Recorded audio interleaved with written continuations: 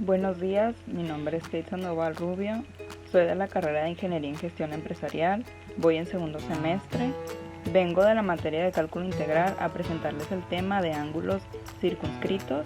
También voy a hablar un poco de la suma de Riemann y al final les mostraré un ejemplo de cómo se elaboran esos ángulos. Bueno, yo soy Isabel Beltrán, soy de la carrera de IGEM de segundo semestre y a continuación vamos a hablar sobre las sumas de Riemann, así como los diferentes tipos de ángulos. Son un método para aproximar el área total bajo la gráfica de una curva, como se muestra en esa imagen, y esta es una operación sobre una función continua y limitada en un intervalo. Las sumas de Riemann se utilizan para calcular el valor de una integral definida. Esto también puede definirse como el área de bajo curva. El procedimiento teórico nos explica que para encontrar el área de una figura irregular debemos partir la figura en un infinito número de rectángulos. Entre más rectángulos tengamos, más preciso será el valor del área que obtengamos.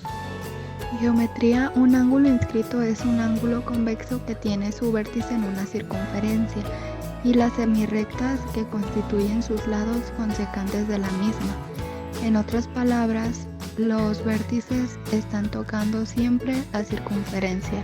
Un ángulo exterior asociado a una circunferencia es aquel que tiene el vértice en un punto exterior al círculo y sus lados son dos semirrectas secantes o una secante y la otra tangente, o bien dos semirrectas tangentes a la circunferencia, en cuyo caso recibe el nombre de ángulo circunscrito. ¿Y cómo hallar este tipo de ángulo? Pues es de recordar que este ángulo es aquel que tiene el vértice en un punto exterior de la circunferencia y sus lados son tangentes.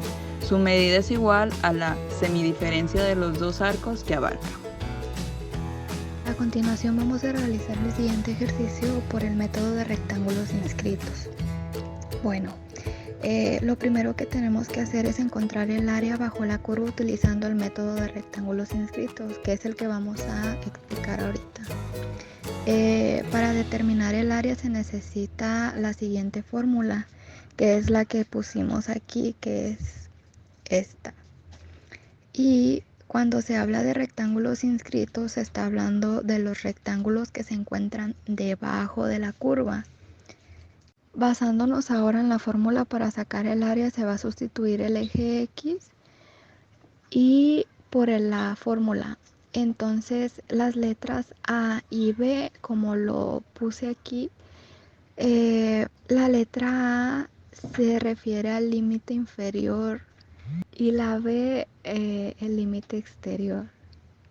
Bueno, para utilizar el método del rectángulo tenemos que determinar el área limitada por la curva. En este caso sería pues f de x cuadrada más 1 y tenemos que considerarlo en el eje X. También tomando en cuenta el intervalo que es 0,3 y debemos considerar 6 subintervalos. Entonces, como se muestra ahí, n pues es el número de los subintervalos. Después viene el valor de cada subintervalo, que vendría siendo b menos a. En este caso el primer intervalo vale 3. Entonces se le va a restar el segundo intervalo, que es 6.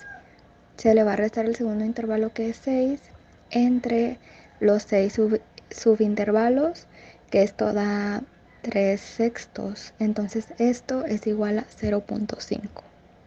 Y el 0.5 es lo que le corresponde a cada subintervalo. Para la siguiente faceta se necesita un paso muy importante, llamado la sustitución, donde se necesita cambiar el valor de A para obtener un resultado.